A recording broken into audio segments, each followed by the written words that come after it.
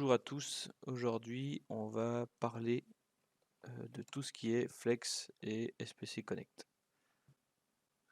Personnellement j'ai déjà eu quelques galères et si j'avais eu une doc ou quelque chose ça m'aurait bien aidé.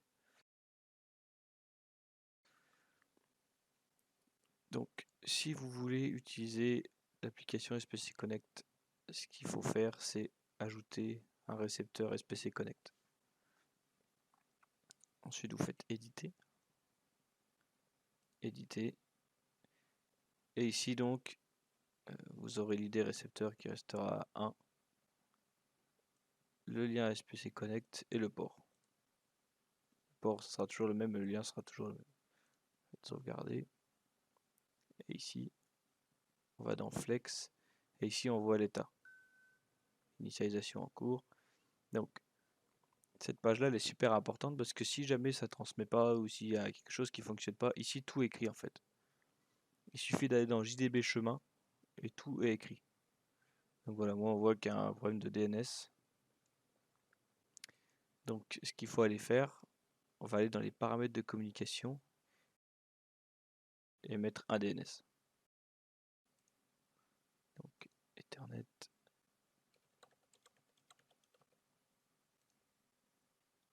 Et je vais remettre à 0 donc le flex.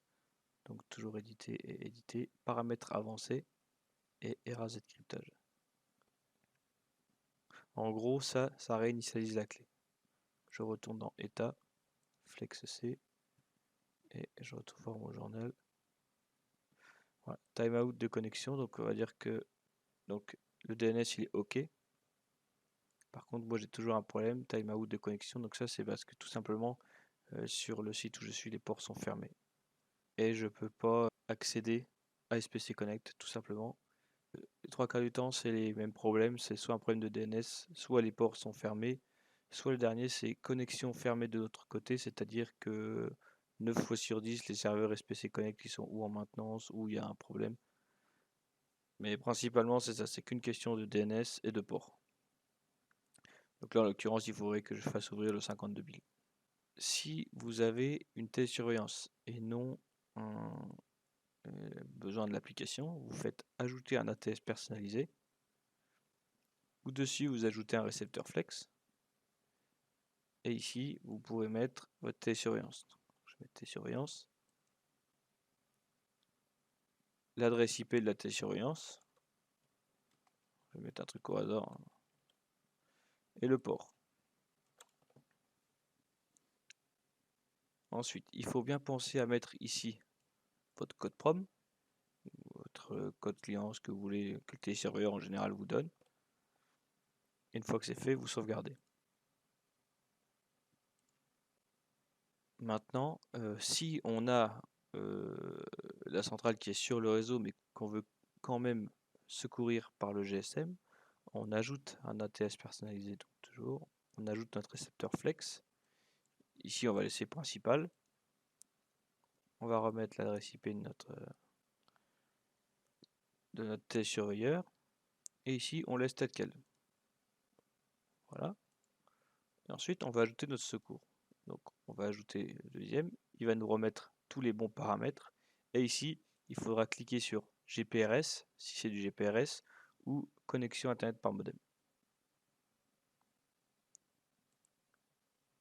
Nous, on va laisser comme ça, puisqu'on n'a pas de GSM.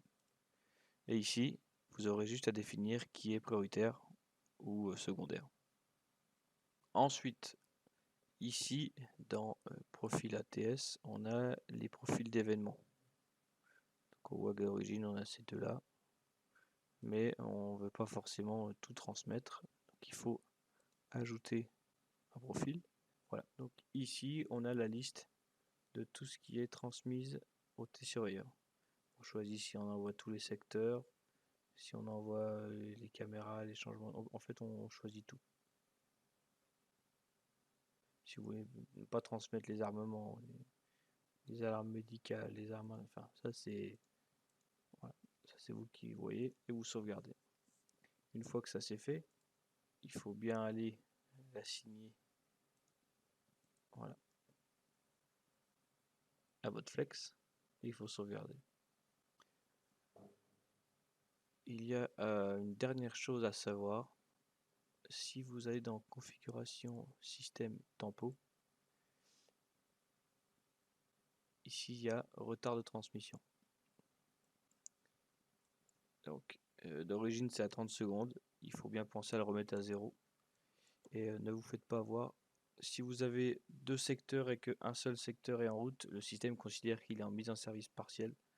Il faut bien prendre ça aussi en compte également. Voilà, j'espère que ça va vous rendre service et je vous dis à bientôt.